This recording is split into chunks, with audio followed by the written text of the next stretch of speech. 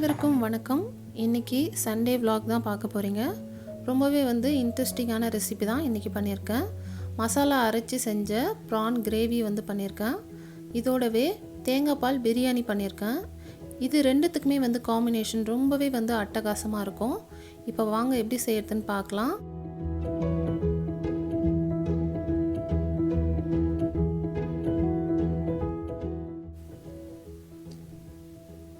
இப்போது ப்ரான்ஸ்லாம் நல்லா வாஷ் பண்ணிவிட்டு வச்சுருக்கேன். இதை ஃபஸ்ட்டு மேரினேட் பண்ணி வச்சுட்டா அதில் மசாலாலாம் நல்லா ஊறும். அதுக்காக ஃபஸ்ட்டு ஒரு 1/2 டீஸ்பூன் மஞ்சத்தூள், 1 டீஸ்பூன் மிளகாத்தூள், 1 டீஸ்பூன் தனியாத்தூள், உப்பு இது எல்லாத்தையுமே சேர்த்து நல்லா மிக்ஸ் பண்ணிக்கோங்க. கூடவே ஒரு 1/2 லெமனும் பிழிஞ்சிக்கிட்டிங்கன்னா இன்னுமே நல்லா டேஸ்ட்டாக இருக்கும்.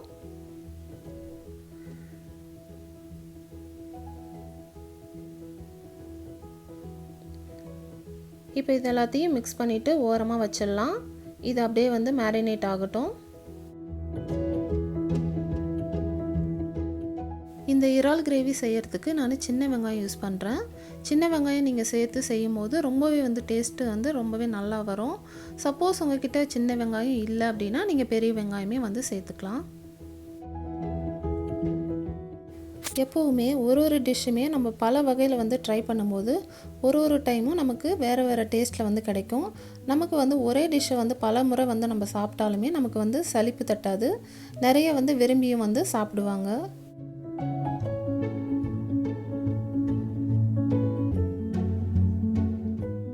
குறிப்பாக நம்மளே மசாலாலாம் அரைச்சி செய்கிறது ரொம்பவே சூப்பராக வரும்.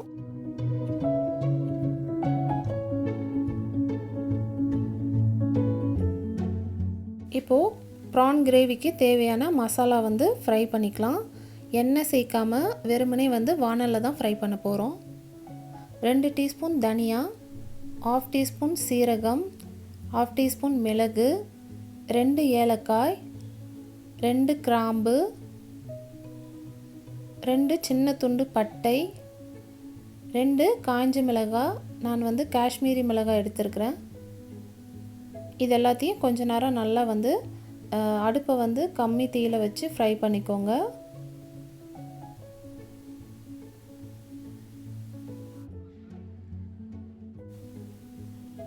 நான் வறுத்த மசாலாலாம் கொஞ்சம் ஆறத்துக்குள்ளே என் பையன் பசிக்குதுன்னு சொன்னதுனால பொமக்ரானட் இருந்தது, அதை கட் பண்ணி கொடுத்துடலாம் அப்படின்னு சொல்லிட்டு பண்ணிகிட்டு இருக்கிறேன். இந்த பொமக்ரானட் கட் பண்ணுறது கூட ஈஸியாக நம்ம ஃபுல்லாக ரெண்டாக கட் பண்ணிவிட்டு பண்ணும்போது நமக்கு அந்த ஜூஸ்லாம் வேஸ்ட் ஆகும்.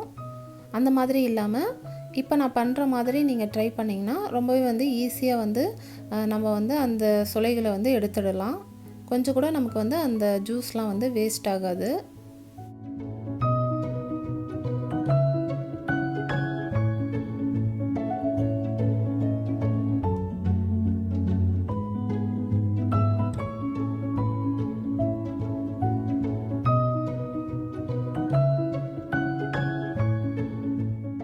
நிறைய பேருக்கு இந்த மெத்தட் தெரிஞ்சிருக்கிறதுக்கு சான்ஸ் இருக்குது.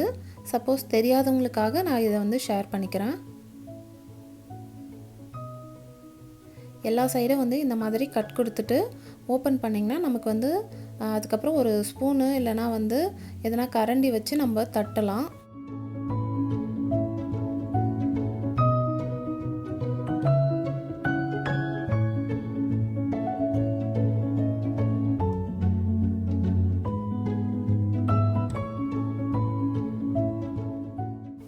இது போல் எல்லா சைடும் தட்டி விட்டுட்டிங்கன்னா அதிலே நமக்கு முக்கால்வாசி சுளைகள் கீழே விழுந்துடும். அதுக்கப்புறம் கொஞ்சம் கொஞ்சம் இருக்கிறத நம்மளே கை வச்சு எடுத்துக்கலாம். அதே போல் பிளேட்லேயுமே நமக்கு கொஞ்சம் கொஞ்சம் அந்த தோல்லாம் விழுந்துருக்கிறதுக்கு சான்ஸ் இருக்குது. ஸோ அதையுமே நம்ம கையால் எடுத்துக்கிட்டோம்னா ரொம்பவே க்ளீனாக நமக்கு மாதுளை சுளைகள் நமக்கு கிடச்சிரும்.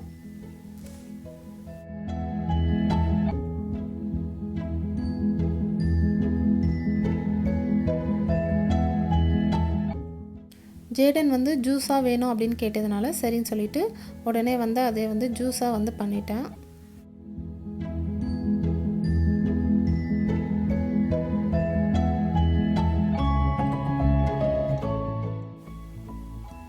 இப்போ நம்ம ப்ரான் கிரேவி செய்யறதுக்கு ஸ்டார்ட் பண்ணிடலாம்.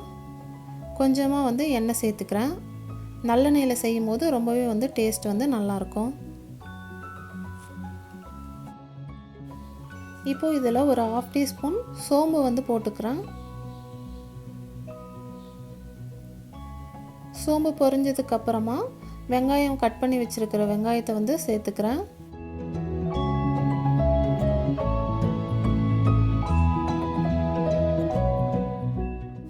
இது கூட ஒரு கொத்து கருவேப்பிலையும் வந்து சேர்த்துக்கிறேன். இதெல்லாம் வந்து கொஞ்ச நேரம் ஃப்ரை ஆகட்டும். வெங்காயம் நல்லா வதங்கினதுக்கு அப்புறமா அதில் ஒரு 1 டீஸ்பூன் இஞ்சி பூண்டு பேஸ்ட் வந்து சேர்த்துக்கிறேன்.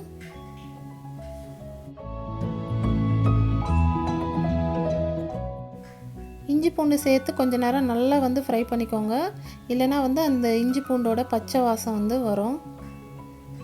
கொஞ்சம் நல்லா வதக்கி விட்டதுக்கு அப்புறமா நம்ம கட் பண்ணி வச்சுருக்கிற தக்காளி வந்து சேர்த்துக்கலாம். ஒரு மீடியம் சைஸ் தக்காளி வந்து 2 தக்காளி வந்து கட் பண்ணி வச்சுருக்கேன். அதை சேர்த்துட்டு நல்லா வந்து தக்காளி வந்து குழைவாக ஆகிற வரைக்கும் நல்லா வதக்கிக்கலாம். இப்போது தக்காளிலாம் நல்லா வந்து வதங்கிறதுக்குள்ளே நான் வந்து தேங்காய் பால் பிரியாணி செய்கிறதுக்காக ஒரு வெங்காயம், பெரிய வெங்காயம் வந்து கட் பண்ணிகிட்டு இருக்கேன்.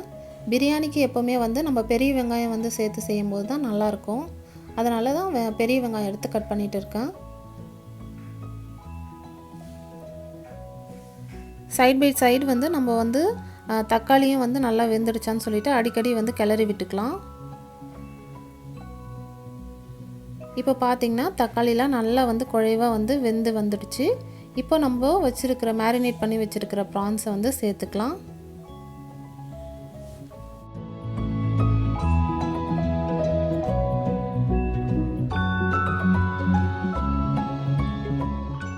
இப்போது இந்த இறால் கிரேவிக்கு தேவையான அளவுக்கு உப்பு சேர்த்துக்கலாம். நம்ம ஆல்ரெடி வந்து ப்ரான்ஸ் வந்து மேரினேட் பண்ணும்போதும் கொஞ்சம் வந்து உப்பு சேர்த்துருப்போம். அதனால் வந்து இப்போ வந்து உப்பு வந்து கம்மியாகவே தேவையான அளவுக்கு வந்து சேர்த்துக்கோங்க.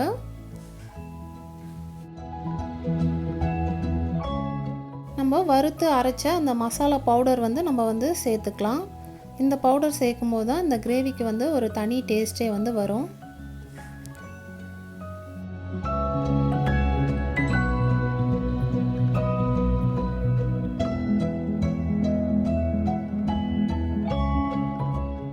இப்போது இந்த இறால்லாம் வந்து வேகிறதுக்கு கொஞ்சமாக வந்து தண்ணி சேர்த்துக்கோங்க. அதுக்கப்புறம் நம்ம வந்து தேங்காய் பாலும் வந்து கடைசியில் சேர்ப்போம்.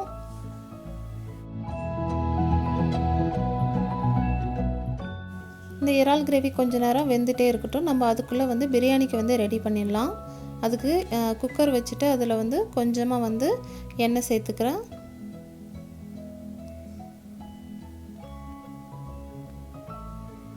நீங்கள் நெய்யில் செஞ்சாலுமே வந்து அதுவுமே டேஸ்ட்டு நல்லாயிருக்கும்.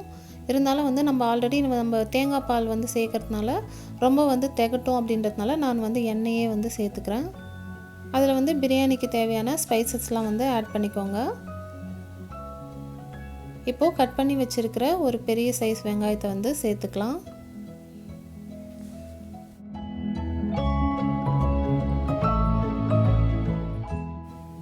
வெங்காயம்லாம் பொன்னிறமாக ஆகிற வரைக்கும் நல்லா வந்து வதக்கிக்கலாம். இப்போது வெங்காயம்லாம் வந்து நல்லா வதங்கினதுக்கப்புறமா அதில் ஒரு பச்சை மிளகாய் வந்து சேர்த்துக்கிறேன். காரம் எனக்கு கம்மியாக வேணும் அப்படின்றதுனால நான் எப்போவுமே வந்து காரம் கம்மியாக சேர்க்குறேன். உங்களுக்கு வேணும்னா பச்சை மிளகாய் வந்து இன்னும் கொஞ்சம் எக்ஸ்ட்ரா வந்து சேர்த்துக்கலாம். கூடவே வந்து ஒரு 1/2 டீஸ்பூன் வந்து இஞ்சி பூண்டு பேஸ்ட் வந்து சேர்க்குறேன். நான் வந்து ரைஸ் வந்து 1 டம்ளர் தான் எடுத்திருக்கேன் அப்படின்றதுனால இந்த மெஷர்மெண்ட்டில் சேர்க்குறேன். நீங்கள் வந்து அரிசி எவ்வளோ எடுக்கிறீங்களோ அதுக்கு ஏற்ற மாதிரி நீங்கள் வந்து அளவுகளை வந்து கூட்டிக்கோங்க. இஞ்சி பூண்டு பேஸ்ட்டு கொஞ்சம் வதங்கினதுக்கப்புறமா நம்ம ஊற வச்சுருக்கிற அரிசியை வந்து சேர்த்துக்கலாம்.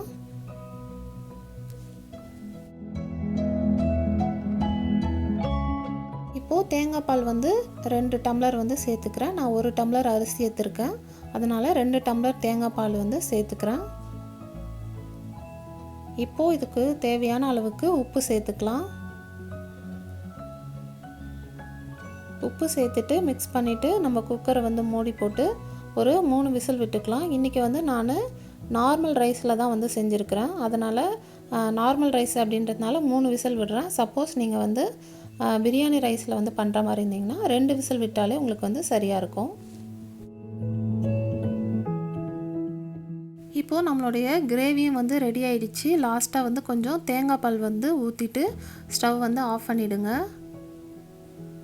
நம்மளுடைய சூப்பரான இறால் கிரேவி வந்து ரெடி ஆகிடுச்சு.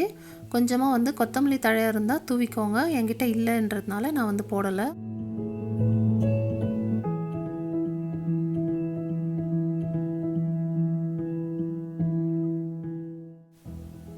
இப்போது குக்கர் வந்து விசில் அடங்கினதுக்கப்புறமா நான் ரைஸை வந்து ஓப்பன் பண்ணி காட்டுறேன் பாருங்கள்.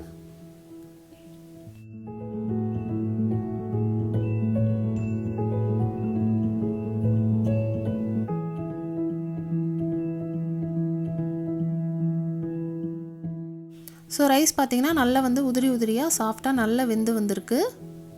டேஸ்ட்டும் வந்து ரொம்பவே வந்து சூப்பராக இருந்தது. இந்த தேங்காய் பால் பிரியாணிக்கும் ப்ரான் கிரேவிக்கும் வந்து காம்பினேஷன் ரொம்பவே வந்து சூப்பராக இருக்கும். இந்த காம்பினேஷனில் நீங்கள் செஞ்சு சாப்பிட்டு பார்த்துட்டு எப்படி இருந்ததுன்னு எனக்கு கமெண்ட் பண்ணுங்கள். இந்த வீடியோ பிடிச்சிருந்தா வீடியோக்கு ஒரு லைக் கொடுங்க. மறக்காமல் வந்து சேனலை சப்ஸ்கிரைப் பண்ணிக்கோங்க. கூடவே இருக்கிற பெல் பட்டனையும் வந்து கிளிக் பண்ணிக்கோங்க. அப்போ தான் நான் எப்போல்லாம் உங்களுக்கு வீடியோஸ் போடுறேனோ அப்போல்லாம் உங்களுக்கு வந்து கரெக்டாக நோட்டிஃபிகேஷன்ஸ் வந்துடும். நான் மறுபடியும் வேறொரு இன்ட்ரெஸ்டிங்கான ரெசிபியில் வந்து உங்களை மீட் பண்ணுறேன். அது வரைக்கும் பாய், டேக் கேர்.